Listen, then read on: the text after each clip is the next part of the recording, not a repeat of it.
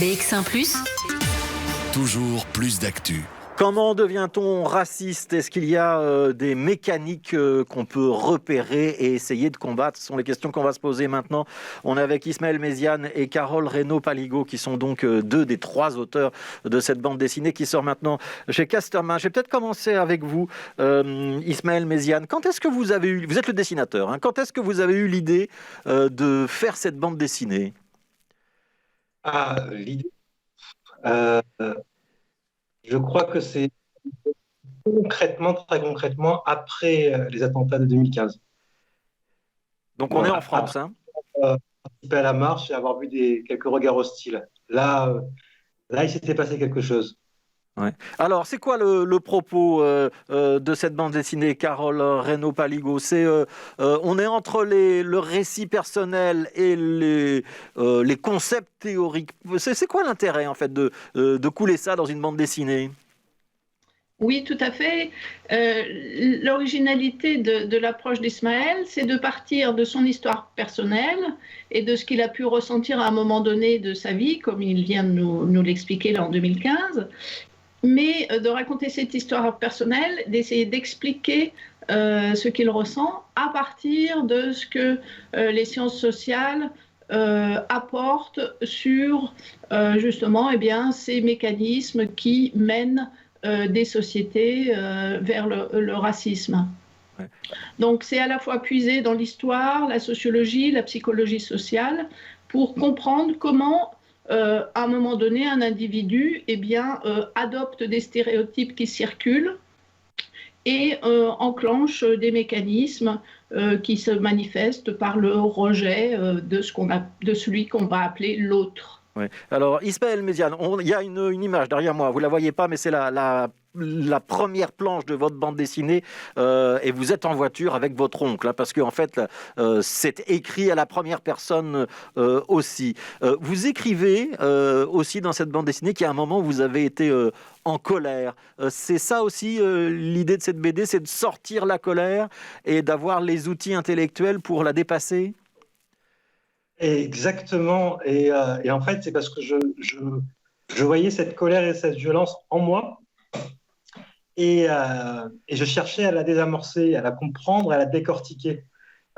C'est pour ça qu'en même temps, j'avais entamé une psychanalyse. Et d'ailleurs, c'est le résultat de la psychanalyse, ce bouquin. Le bouquin n'est pas une psychanalyse, mais le résultat de la psychanalyse. Il fallait avoir du recul sur ce qui se passait en moi parce que je sentais j'avais comment on appelle ça, des ruminations anxiogènes, c'est-à-dire que me revenaient régulièrement toutes les réflexions, même quand j'étais en repos, qui m'empêchaient de dormir et qui étaient vachement oppressantes. Donc le truc, c'était vraiment de comprendre d'où elles venaient, comment elles se sont construites et pourquoi elles agissaient.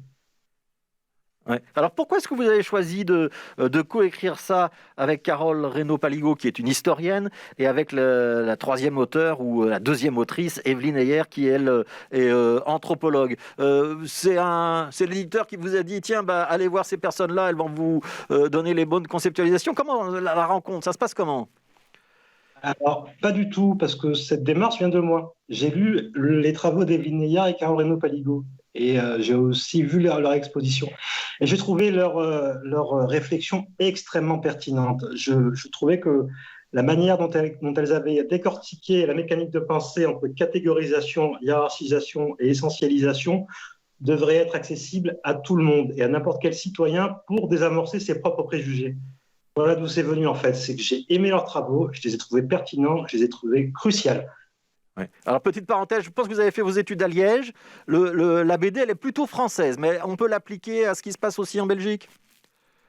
Je crois qu'on peut l'appliquer à n'importe quelle société, aussi bizarre que ça puisse paraître. Il n'y a pas très longtemps, j'ai appris qu'il y avait une traduction coréenne de ce livre. Donc, ça veut bien dire que nous, ce qu'on a tenté de faire, c'était vraiment de décortiquer cette mécanique. Aussi absurde que ça puisse paraître, cette mécanique, elle peut être universelle. Ouais. Ça veut dire que le racisme, ça peut exister dans de très très nombreuses sociétés, peut-être dans toutes.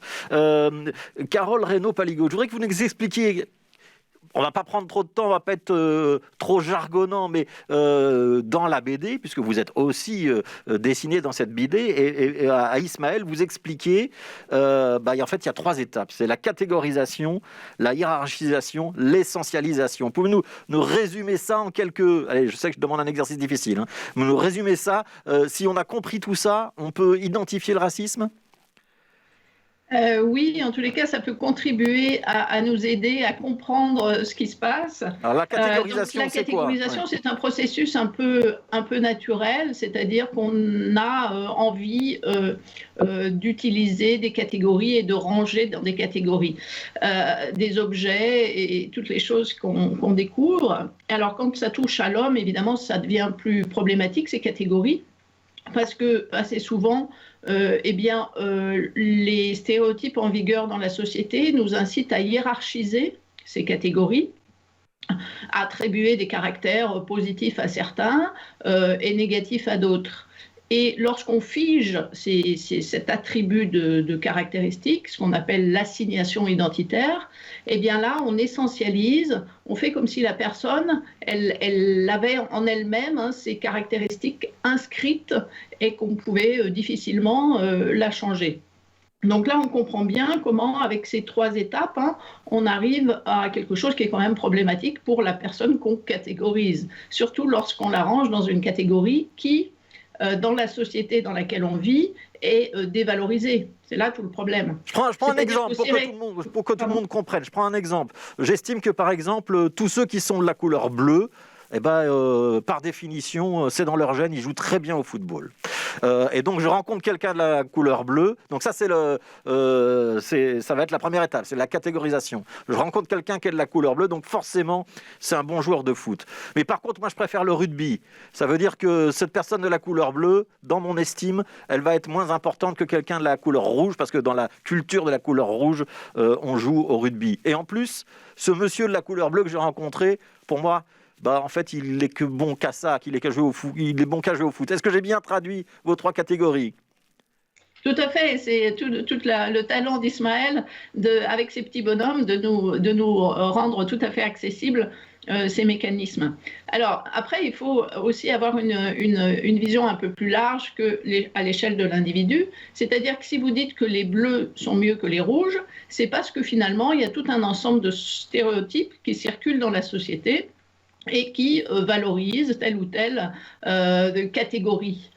Donc c'est ça le problème fondamental sur lequel il est évidemment moins facile de lutter, parce que ces stéréotypes, ils circulent un peu partout, dans la bouche des hommes politiques, des intellectuels, dans les médias. Donc vous voyez, c'est en identifiant un petit peu les responsables, on pourrait dire, de cette circulation, qu'on peut aussi essayer de lutter à une échelle un peu plus globale qu'à celle de l'individu. Ouais. Ismaël Médiane, est-ce que quand on est soi-même victime de racisme et de discrimination, il peut y avoir un processus où on intériorise ces catégorisations et on se dévalorise soi-même ? Ça existe ? Je pense même qu'on peut choisir par facilité de correspondre à certains stéréotypes. Voilà, je pense que ça existe et je pense que ça nous influence tous plus ou moins. On m'avait fait, il y avait l'exemple de tu te rappelles, Carole, des petites filles qui étaient influencées indirectement par le stéréotype « les filles, c'est nul en maths ». Et je pense qu'on peut être influencé par des stéréotypes, en effet, dans une société. Ouais. Est-ce que vous estimez que cette BD, elle est pour les jeunes, les moins jeunes ? À qui est-ce que vous avez pensé en la dessinant ? Moi, à tout le monde. Très honnêtement. Vraiment à tout le monde. Alors, l'éditeur me dit que c'est à partir de la 4e, 3e, certes, mais je pensais vraiment à n'importe quel citoyen, en fait. N'importe quelle personne capable d'endosser des responsabilités. Ouais. Carole... sa propre pensée et sur la société. Ouais. Carole Reynaud-Paligo, vous la conseilleriez à qui, cette bande dessinée ? À tout le monde. Et pour les plus jeunes, je pense qu'accompagné par la lecture d'un adulte avec eux, ça peut tout à fait bien fonctionner, parce que les histoires des petits bonhommes bleus, rouges et verts, ils sont tout à fait capables, même jeunes, de les comprendre. Ouais. Ils ont sans doute ressenti des choses comme ça quand on leur a collé une étiquette « toi tu es paresseux » et finalement tu resteras toujours paresseux. Vous voyez, c'est des mécanismes d'assignation qui sont tellement courants dans la société que malheureusement, très jeune, on est confronté à ce genre de choses. Ouais. Est-ce que vous la conseilleriez des candidats ou des candidates à la présidence de la République en France, puisque vous êtes dans ce climat-là aujourd'hui? Bien sûr. Ouais. Une dernière question, Ismaël Méziane. Vous avez le sentiment que aujourd'hui, cette BD, elle est encore plus utile qu'il y a 10 ans, il y a 20 ans, il y a 30 ans? Oh punaise. Ce qui est terrible, c'est on m'a souvent dit, ta BD, elle sort au bon moment. Mais je pense que si c'était il y a 10 ans, il y a 20 ans, il y a 30 ans, on m'aurait aussi dit ça. Euh, Bon, ça veut dire je- qu'elle est utile, en tout cas. Ça veut dire qu'elle est Ouais. utile. Pour moi, elle est extrêmement utile parce que, vous voyez, on a comment la couverture enfin, le titre de l'album, c'est Comment devient-on raciste?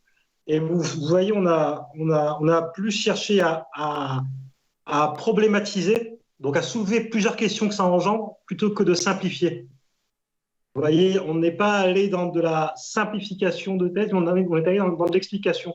En fait, on est vraiment allé vers soulever le maximum de questions.